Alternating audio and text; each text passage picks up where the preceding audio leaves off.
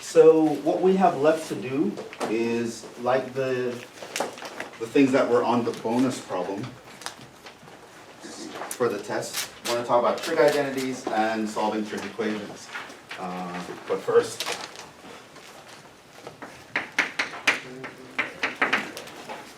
so this issue was brought up last class, and I kind of glossed over it. I told you guys go look at your equations because I want you to get into the habit of actually studying, knowing how to find answers on your own, that sort of thing. But we had some pretty important equations.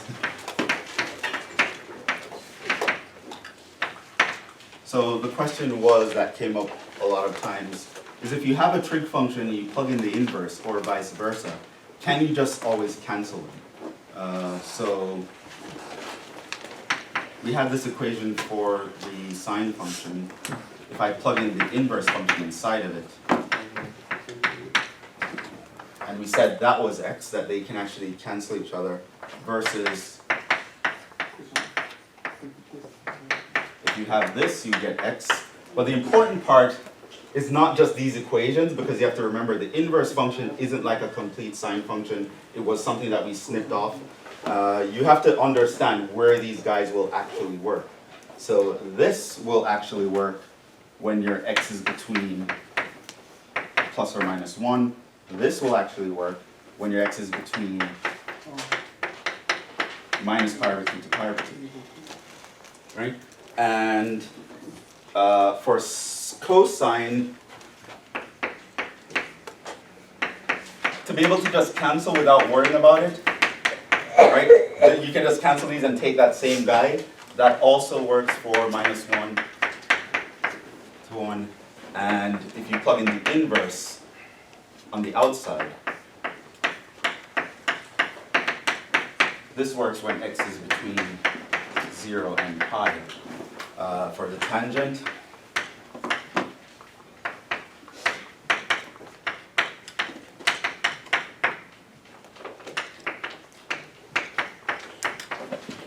the tangent one is kind of nice because this would actually work for everything,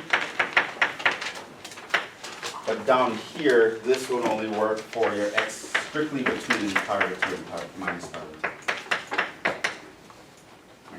So those equations are important, and they would kind of govern whether or not you can actually cancel. Now the first equation in each of these, well, the first equation of these two, they're kind of nice in the sense that the only way this could even possibly work is if this is actually fulfilled. Once your x is outside of this range, this is undefined. Like, that wouldn't even make sense to find, say, the sine inverse of 2. Right? That doesn't make any sense. Once you're outside this window, it's like no answer, no solution, undefined. It's not even going to make sense to you. The tricky one is actually this one, because there are times when it can seemingly make sense, when it actually doesn't. And so you have to actually be careful here that technically, because sine works everywhere, you can kind of plug in anything here that you want, but you can't always just accept anything. What you have to do is you have to find the reference angle for that thing that falls in this range. Okay? And I think I made, I think I put one of the test problems to actually illustrate this. Yeah. So hopefully, maybe. I intended to do it. I don't remember if I actually did it or not. You did it. Yeah, so one of the test problems was cosine inverse of cosine of 7 pi over 6.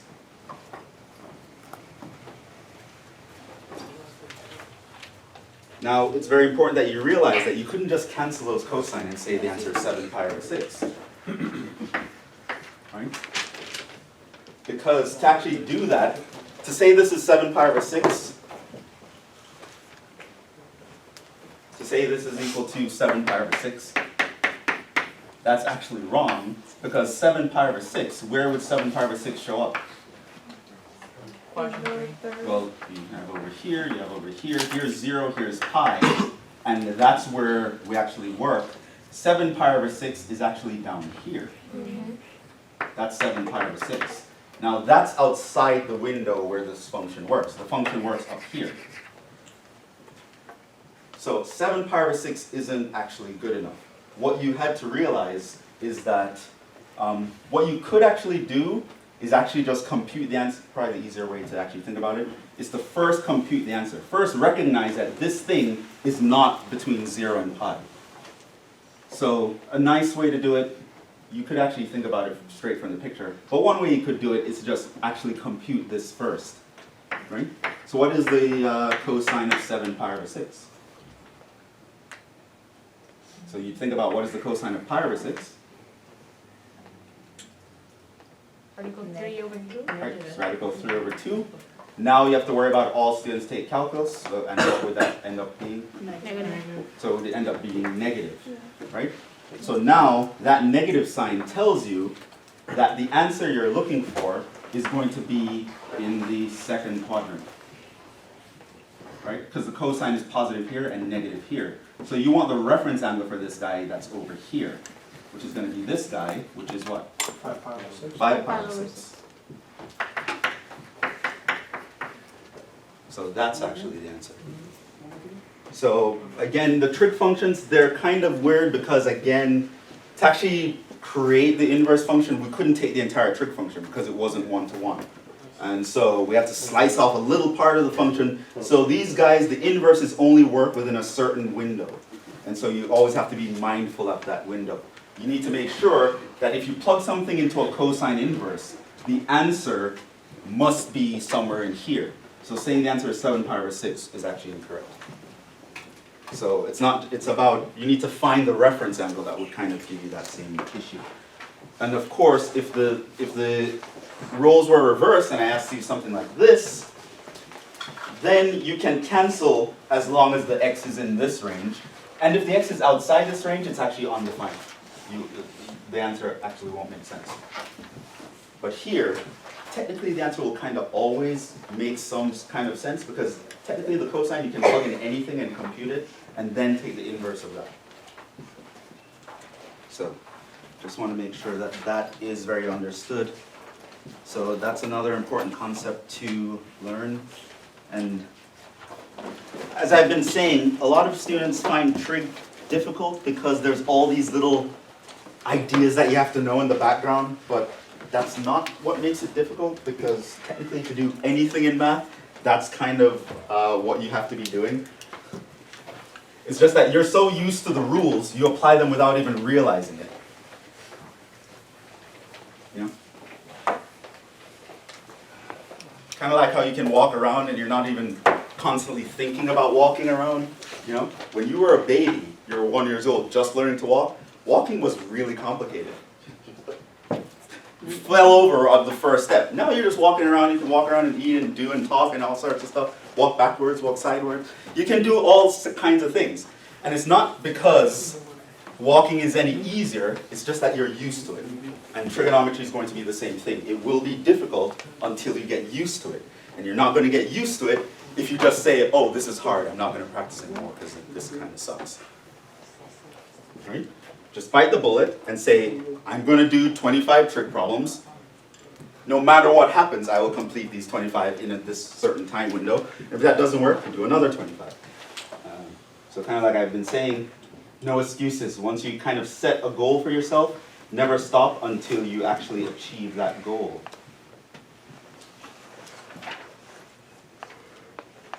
That being said, let's move on to the last things I want to talk about. Kind of doing 7.1 and 7.4 at the same time.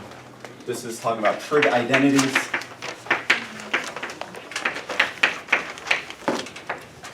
And I'm going to talk about trig equations as well.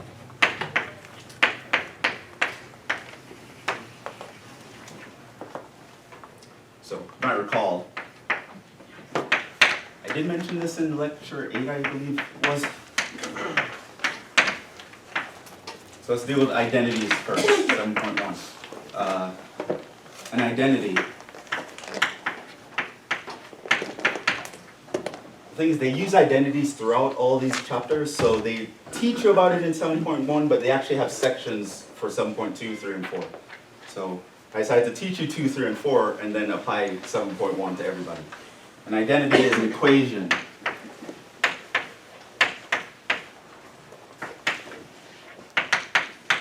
that is true for every allowable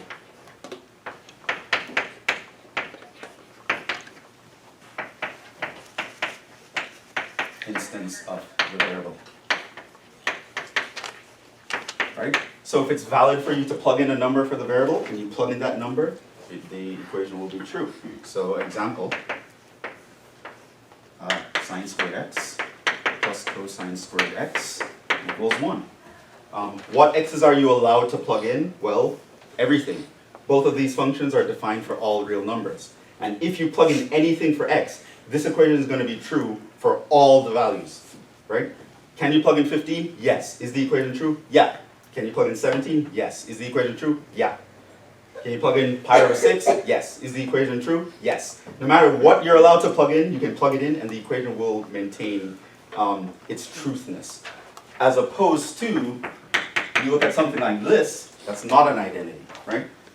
Because technically, this is the function x, you can plug in anything, but can you plug in 2? Technically, yeah, but would the equation be true? No, right? So once the answer to that is no, it's not an identity. An identity is an equation that's always true for any instance of the variable that you can plug in. X plus 1 is a polynomial, so you can plug anything into it, but it doesn't make that equation true. So that's called an identity. So this is, when it comes to trig, this is one of the first identities we learned about. Because the trig functions gave us the coordinates on the unit circle, they must actually fit the equation of the unit circle, which is x squared plus y squared equals 1. This always has to be true, no matter what your x is. And so this is an example of an identity. Now, we want to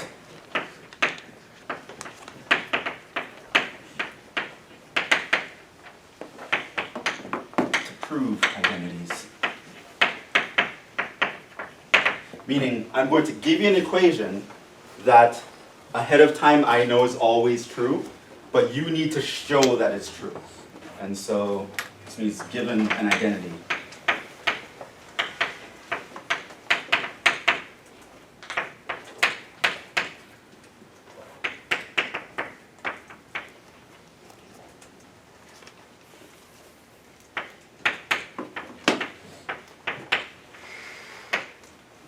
And you do this by computation / applying formulas.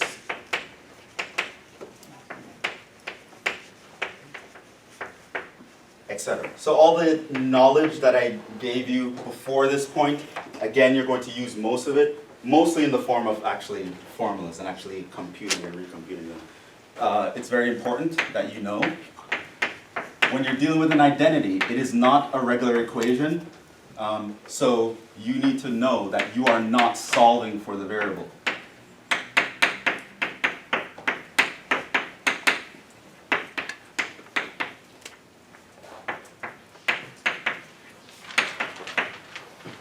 You cannot move things across the equal sign at will. There are some cases where you can maybe do it in the beginning, but at any given time you can't be moving things across the equal sign.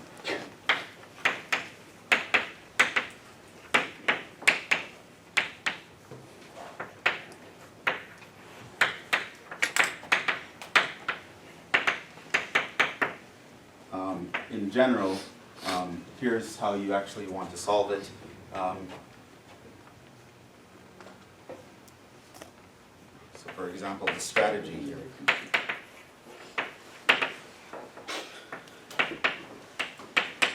Start on one side and show you can simplify to get the other side.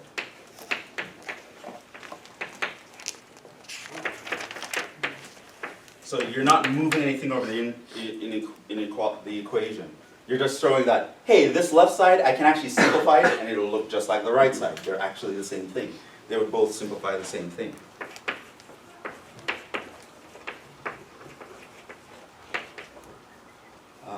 You also should be aware Sometimes you might have to do work on both sides, although to be fair, looking at all the problems in your textbook, I don't think anything is difficult enough to actually use this, but sometimes you may need to work on both sides, and it's very important that you do this separately.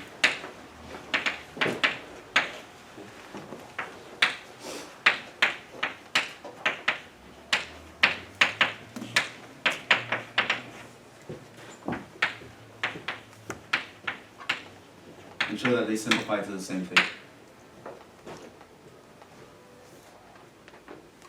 Now, here's also a tip for you. So remember I told you guys go where it's uncomfortable. That applies here as well. You always want to start with a more complicated side.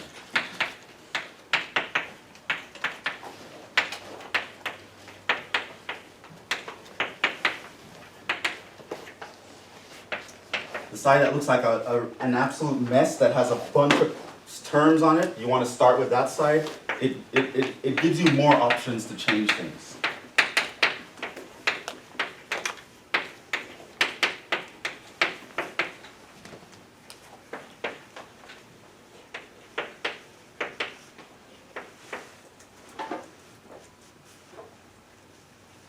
So.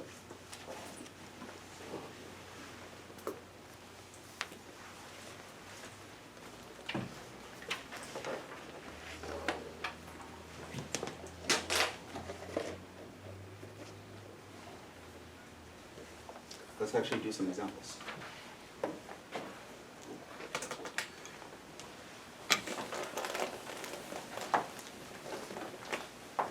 Now, weird story. One of the things that got me liking trig when I was a little Jhevon is this topic exactly right here. Because these problems are like, they're kind of like a puzzle, you know? It's like someone giving you the answer and then you need to figure out how they got there. And you know, when I was a kid, we didn't have a lot of distractions. So pretty much, I play games with my friends. Of course, we'll have textbooks that have much harder problems than what you have here. And you know, so I would like challenge each other who can actually solve this trig identity in the most elegant way, in the fewest steps possible, you know, using this obscure. So, of course, if you get through by using sine squared plus cosine squared equals 1, all right, you got through it. But if you use some obscure equation that everyone, oh, he used the double angle formula, no! Yeah, you know, and so there was things that we thought of more elegant, and you just actually challenge each other to. So that's actually a good tip. Sometimes you're practicing math, you want to make a game of it, you don't want to think of it as, oh my god, I gotta get through this problem. It's kind of like a puzzle you need to figure out. Sometimes you can make it interesting by playing a game. When I was smaller, how I used to learn my timetables, because I told you guys I hate memorizing things. When I tell you guys to memorize things, it's because it's actually pretty important for you to memorize it. But I didn't like memorizing things, so I kind of wanted to make a game out of it. So what I would do is, this is an identity, we're going to prove it as an example.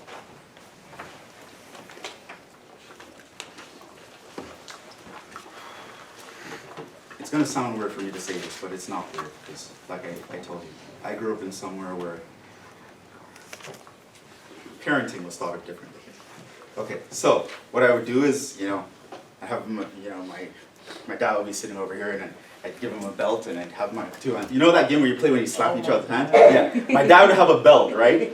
And I would stand in front of my dad like this, and I'm like, test me on my 7 times tables, right? So he would ask me something, like, well, 7 times 6, right? And I had to answer within the first a few seconds, like we'd decide on how many seconds I have. And if I didn't answer within that time, or I answered wrong, he slapped me, right?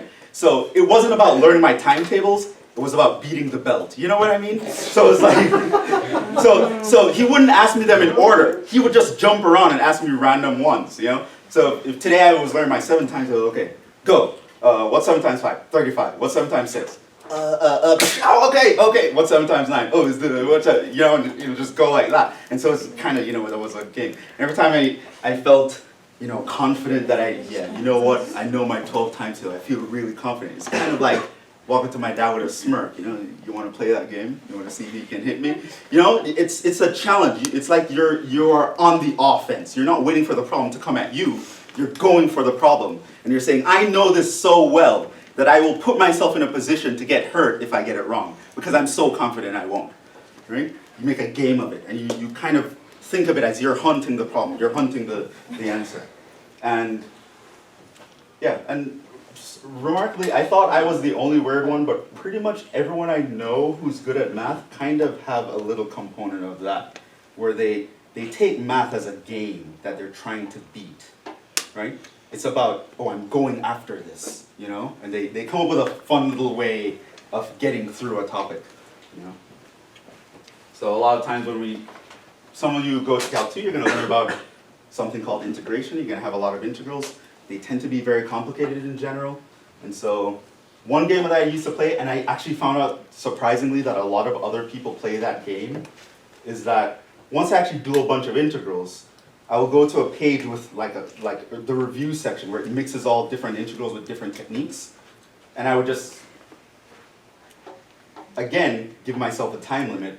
Within 3 seconds, I need to recognize the technique that I need to use to do that integral and how I would apply that technique. So someone would point at this and I'll say, oh, substitution, u equals x squared plus 1. Oh, point at this. Okay, integration by parts. I would set u equals this and dv equals that. And sometimes you get so good at it where I could actually think several levels deep into a problem. I could say, I would start with this, but eventually I'd get to a point where I need to apply this, and then you practice it often, and you practice it in a way where you're on the offensive, you'll be surprised at how good you would get at something, to the point where you can kind of see for a play-by-play. You can know how to start a problem. You'll also know what issues are likely to arise 5 steps down. And then you'll know what issues would arrive 2 steps after that, right? You can get to the point where your math test is just like essentially proving an identity. You know the answer, but now you're just writing out the steps for your professor to grade, right? So again, this is actually an identity. Make sure I copy this down correctly. And we are actually, yes, going to prove it. So remember, it's not a regular equation. It is not something that you need to solve for x. That's not the point. You just want to show pretty much that any x, this will work. And so the question would say something like, prove that. Or it might use the phrase, the word verify that. Or it might say, show that. So it will give you that equation. It will say something like that. So it means you don't need to solve for the variable, because in truth, it will work for every allowable variable. So you can't actually tell me an answer. You just want to know that this expression is equivalent to that expression. Right? And what this can do is it would get you so familiar with playing around with trig functions that eventually they won't feel like a mystery to you. You'll get so comfortable with using them, it's kind of like, psychologically, it will be easier for you to actually digest. Okay, enough talking. We need to get a move on. So, you see something like this. Where do you begin? The place you don't want to begin. The most uncomfortable part. You want to start with the complicated side, because it will give you more options to change things. That's going to be this side, right? Because that side's free, and 1 plus cosine is free, whatever. But oh my god, fraction with secant and tangent. Right? So you would start by saying something like, and these are generic LHS, this means left-hand side. Okay, so the left-hand side equals 1 plus secant squared over 1 plus tangent squared. Now, you are going to work on this until it looks like that. That's it. You're going to show this can simplify to get that, right? And at any given time, you're going to apply some formula that you know or some equation. What equation do you think we can actually apply here? 1 over cosine. Oh, you want to apply 1 over cosine here? That's the way you could do it. You wouldn't get bonus points like if we were in a game and I was fighting against you. I see some that I can actually apply easier. Reaches the bottom to secant squared. The bottom, we have an equation that says 1 plus tangent squared is secant squared. Right? Now, it's not wrong to say this you can write 1 over cosine squared, that you can write as sine squared over cosine squared. However, you had a fraction, now you turned it into a complex fraction, right? You're kind of making your life harder, and sometimes that's doable. That's one tip. A lot of students are very familiar with sine and cosine, so changing everything to sines and cosines might, if you don't see anything at all, that's where you would go. But sometimes there are more sophisticated equations you can use. That guy's actually secant squared.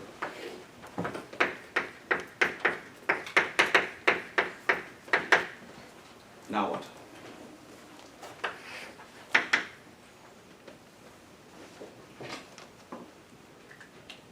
Do you see how you would get to the answer?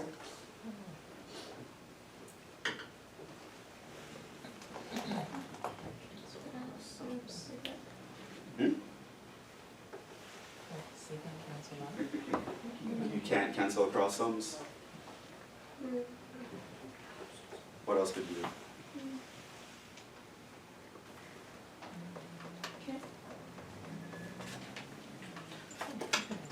So you can't cancel. What else would you do? Also start to notice a pattern. On the right side, there are two things. Here we have one fraction.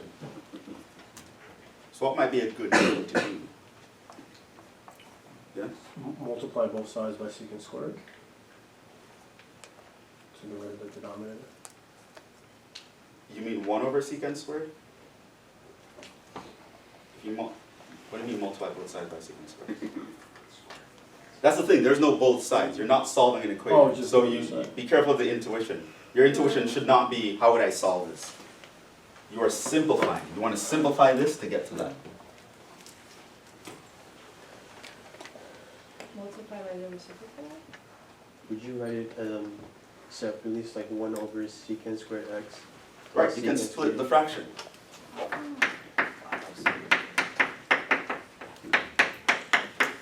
Now, that is good for y. Now I have two things, and I know I want to get to a position where there are two things. What's secant squared over secant squared? That's 1. What's 1 over secant squared? Cosine squared. And hey, that's the right-hand side. So you verified it. This expression is exactly equal to that expression. And again, the thing with identities is that it gets you used to working with a different kind of function. And so there are cases where sometimes you would have this, but it's hard to work with and you want to rewrite it in a more convenient way. And so when you deal with different kinds of functions, you really want to practice just manipulating the function, getting used to it, right? And that's what trig identities actually help you to do. It's not really something that you don't have mathematicians sitting around doing trig identities. It's not. The point of this is it's actually a good exercise to get you used to working with and manipulating a function. So you don't have that fear of the function. Like a lot of people fear trigonometry. Once you fear it and you think of it as something that's coming to get you, think of it as you're a victim who's helpless against trigonometry, you're not going to learn trigonometry. You start playing around with stuff. Here's another one. This is kind of similar though.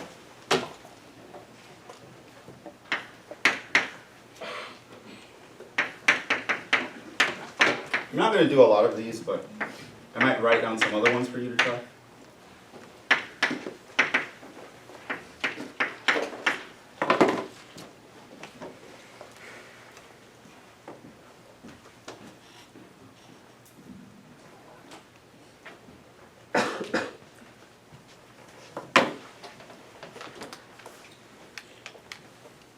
Though we should probably start speeding up. We can talk about equations. So here again, left-hand side looks like a nightmare, so I would start there. Okay, what can I do here?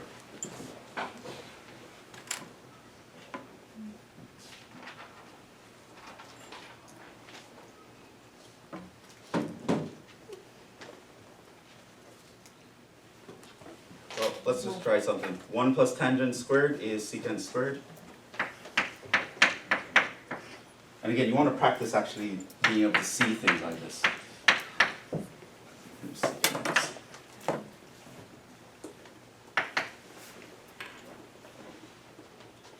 At this point, I'm going to do it just because I see it. Secant is over cosine. Tangent is sine over cosine. Keep writing x. I'm so used to writing x. Change it to a complex fraction because I realize that the denominators would actually be exactly the same. And so what I can do is I can multiply top and bottom by cosine squared.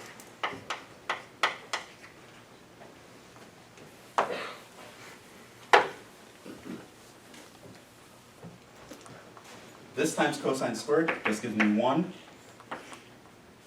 Cosine squared times 1 gives me cosine squared u minus cosine squared times this. The cosines cancel. I get sine squared u.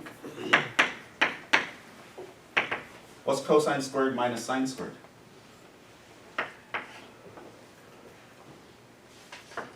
Sorry, that's the double angle formula for cosine.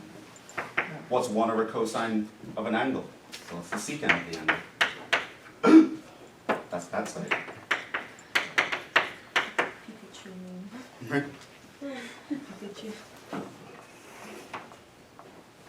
And so what you guys should actually try to do is maybe even go over these things that I'm doing and see if you can do them shorter, you know? See if you can beat Jhevon in his own game. Even though I'm not particularly looking at the best way here.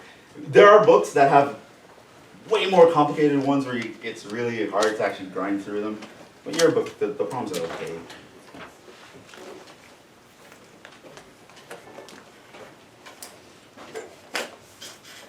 Here's one that's similar to a final that I saw. Problem on the final.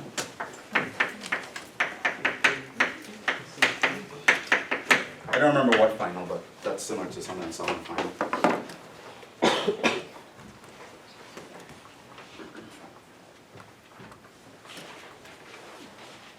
So in this case, I'd start with the right-hand side, because it looks the nastiest. Probably what I would do is I would actually expand everything, expand the parentheses, which at this point we should be able to do relatively quickly. It's this squared minus 2 times this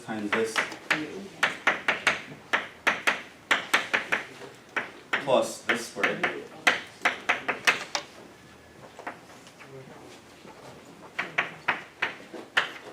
At this point you can realize, oh, we have cosine squared of something plus sine squared of something. That's 1.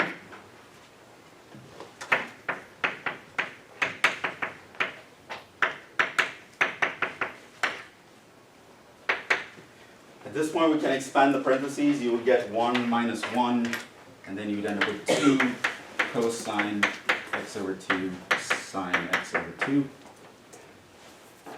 And it turns out by the double angle formula for sine, that is actually sine x, which is the left-hand side. So the equation is verified. The right-hand side is actually the same as the left-hand side.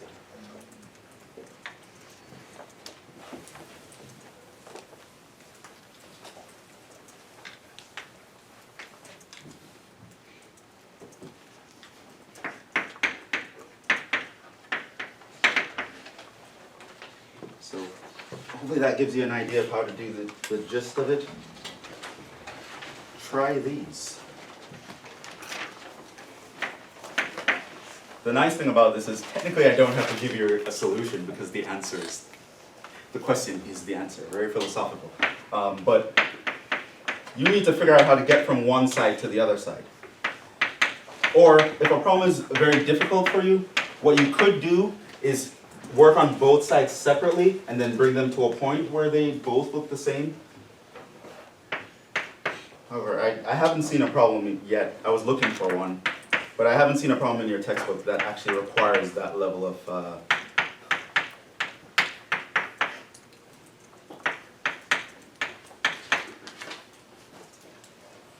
yeah. I don't remember what textbook I used to use, but it's been years. I couldn't even find the problem. Okay, so put that down. Okay, 2 tangent x.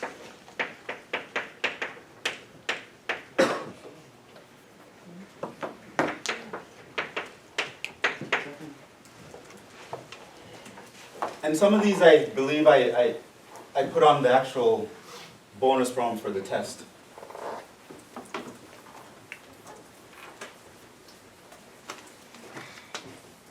I chose a couple of these and a couple of examples of the next section that I want to do.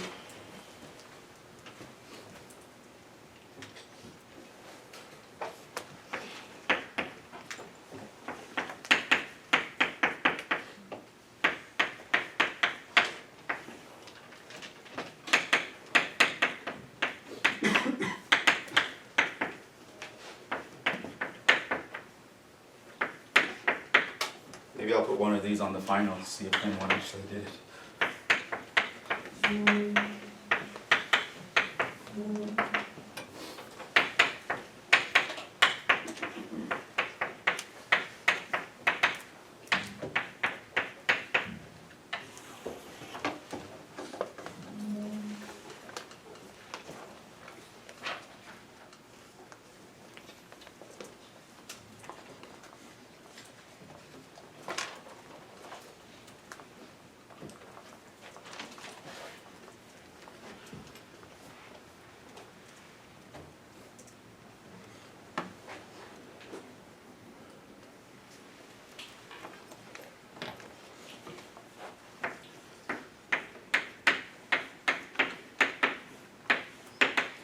Here's another thing that you don't really need any new facts for.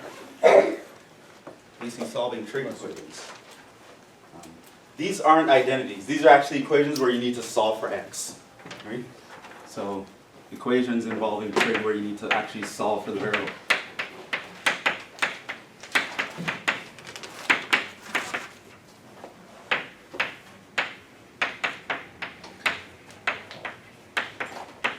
So they don't always work for every value. You have to find the values they work for.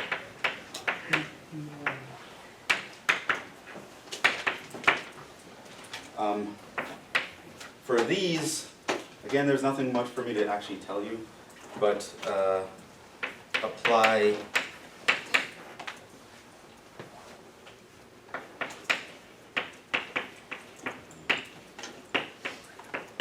previous equation techniques.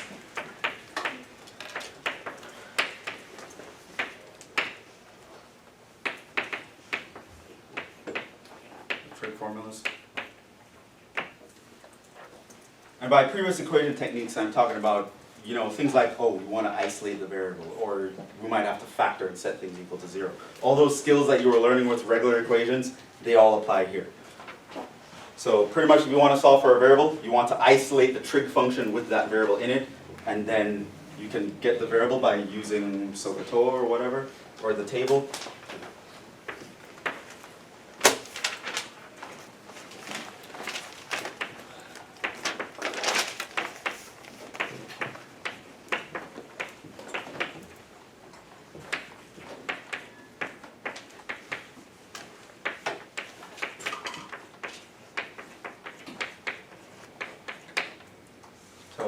Table, etc. There's not much to actually talk about here. I might as well just show you.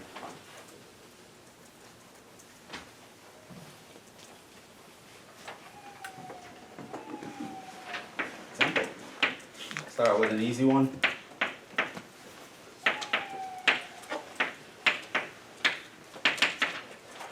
So I can give you an equation like that. I can ask you to solve for theta.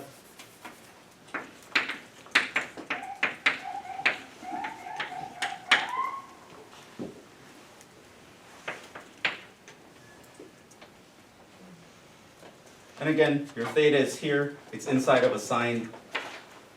So again, it kind of looks like the equation of a line, y equals mx plus b.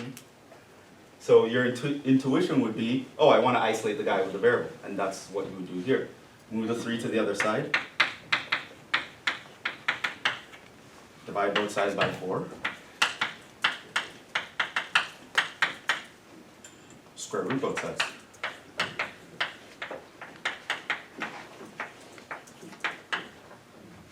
And now you want to figure out what angles actually gives me plus or minus the square root of 2. Right? So now you're back to the trig things. At this point, you should realize that pi over 3 is your reference angle. You go over here, cut pi into 3 pieces. You know, all students take calculus. So your answers would be this and this will give you the positive radical 3 over 2, whereas these two down here will give you the negative radical 3 over 2. And so you have answers in 4 quadrants. Although it does get a little bit weirder than that because trig functions keep repeating.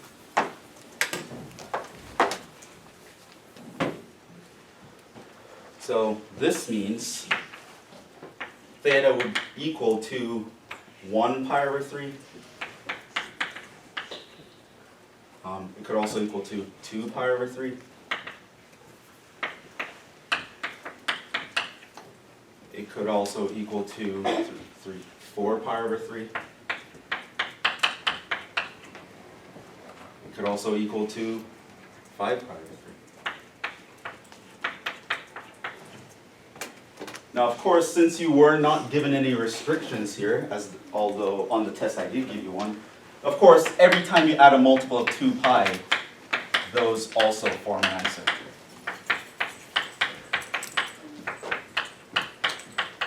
So technically, you'd have infinite amount of answers here.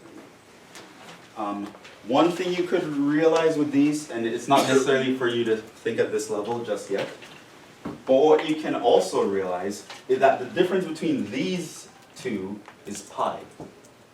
So you can actually capture both of these answers by saying, okay, it's pi over 3 plus any multiple of pi. Because the difference between this and this, it's traveled pi. So here's an answer, there's another one right over here. Then there'll be another one right over here, another one right over here, another one right over there, etc. Similarly, the difference between these two is pi. So you could also talk about saying 2 pi over 3 plus any multiple of pi, and you can write down the answer a little bit more concisely, but honestly at this point I don't care. If you write down these 4, that's good enough.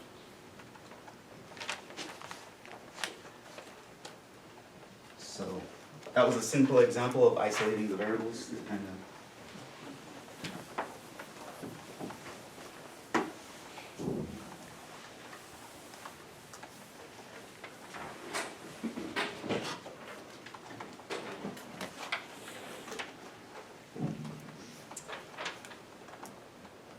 And I believe this was one on the test. Did anyone actually figure this out?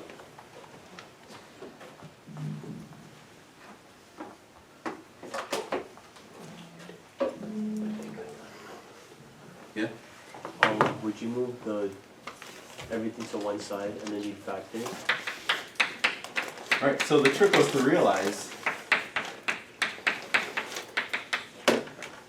that if you move everything to one side, that actually looks like a quadratic, right? It's kind of like you had a y squared plus y minus 2 equals 0. And so you can factor. Where the cosine is the guy that's here. Now you come up with two numbers that when you multiply you get minus 2, when you add them you get positive 1. And those numbers would be what? Positive 2 right away. Plus 2 minus 1.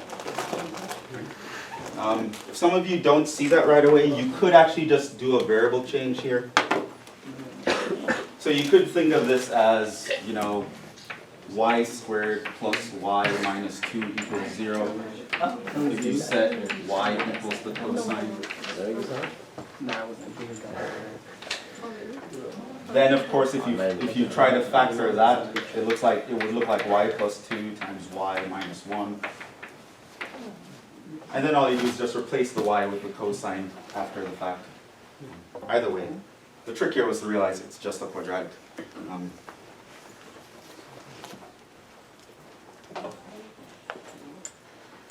So now we can actually continue here.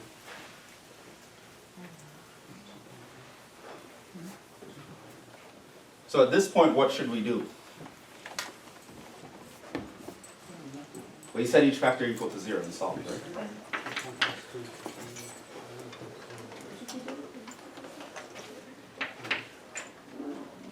So you have cosine x plus 2 equals 0, or cosine x minus 1 equals 0. So here you'd have cosine x equals minus 2, or you'd have cosine x equals 1. Now, of course, you would know that this has no solution. The trig function never actually hits plus or minus 2. It bounces between plus or minus 1, so that won't have a solution. But your cosine does hit 1. Where? It hits 1 at 0, but where else?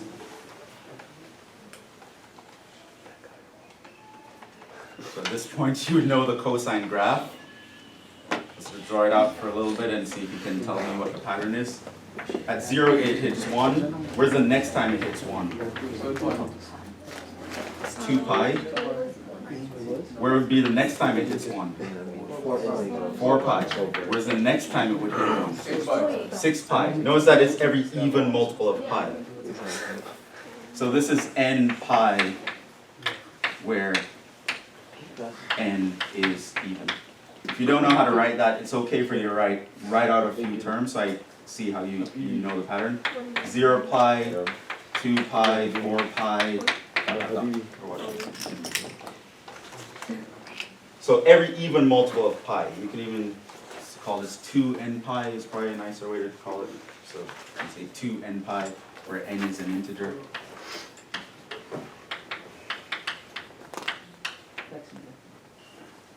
And if the problem itself restricts you, because I believe in the test I did give you like a window where the answer should be, you just pick the ones that fall inside the window that you want.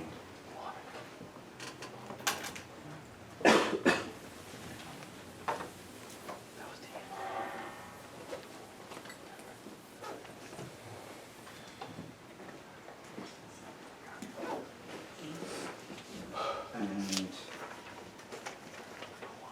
I believe this one was also on the test.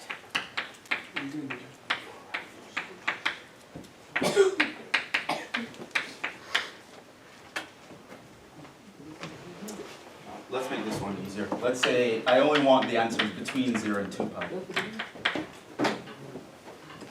Did anyone figure that one out?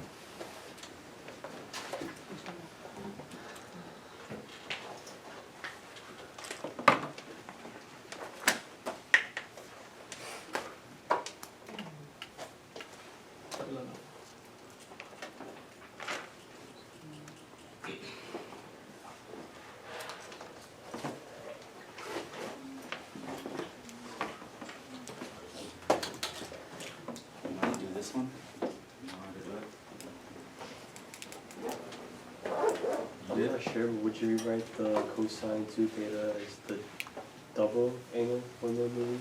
Okay, well which one? Because Because remember there are 3 of them. Do you remember that? Like cosine of 2 theta? There are 3 ways we could think about it. we can go with the sine, maybe. So we could think of this as cosine squared theta minus sine squared theta. And if we applied the Pythagorean identity, we could think of this as 1 minus 2 sine squared. We could also think of this as 2 cosine squared minus 1. Which one do you think is good here? The second one. Why the second one? Because on that side I have a sine. So I'm going to pick the one that has a sine. I'm not going to pick a cosine sine. Now that's more complicated. Right? Pick the one that has the sine in it.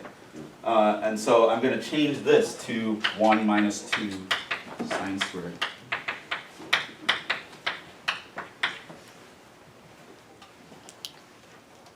And at this point we're applying some intuition here because again I see a square of something and I see the thing by itself and then I see some constants. That makes me think quadratic. Every time you see a pattern like that, you think quadratic. So I'll bring everything to one side. Maybe bring it over to that side, so it's positive 2 sine squared theta plus 3 sine theta. Bring this over there, I would get minus 2.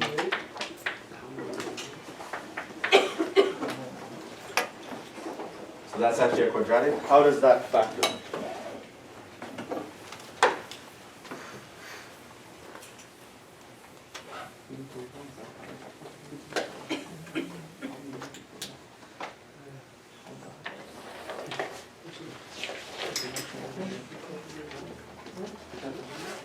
Two numbers that multiply to -4 but add to +3. Okay. And what was those? So you're doing the AC method? Yeah. I think the numbers are small enough here to actually do the trial and error. So let's say I thought of this as, say y equals sine theta. So I put a y here and a y here. Now of course there's a 2y squared, so that's 2y and y. So now I want to pick two numbers that when I do the outers and the inners, I get the middle. And I want the two numbers to multiply to give 2. The 2 should go here and the 1 should go here. How do I know that? Because if the 2 went here, 2 would be a common term that I could factor out, but clearly it's not. So then, notice here I would get 4y and 1y. Can I get a positive 3? Sure. Make sure that I add the 4 and make the 1 negative. So that's how you'd actually factor it. So that gives you 2 cosine theta, 2 sine theta, minus 1 times sine theta plus 2. So here you would get sine theta equals 1/2, and over here you get sine theta equals minus 2. That of course has no solution. But where's sine equal to 1/2? Pi over 6 is the first one, but I want all answers between 0 and 2 pi. Sine is, remember all students take calculus. So sine is positive here and also here. That's pi over 6. Who's this guy? 5 pi over 6.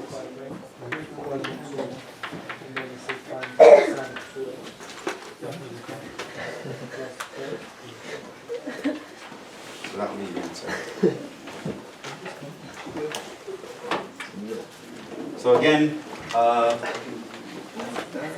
you are solving equations kind of just as you always would, but of course trig would come in some steps where you really have to, again, memorize the formulas, start doing a bunch of problems, do a bunch of trig identities, just get used to working with the functions and manipulating them. And you'll start to see things a lot easier. We'll stop there.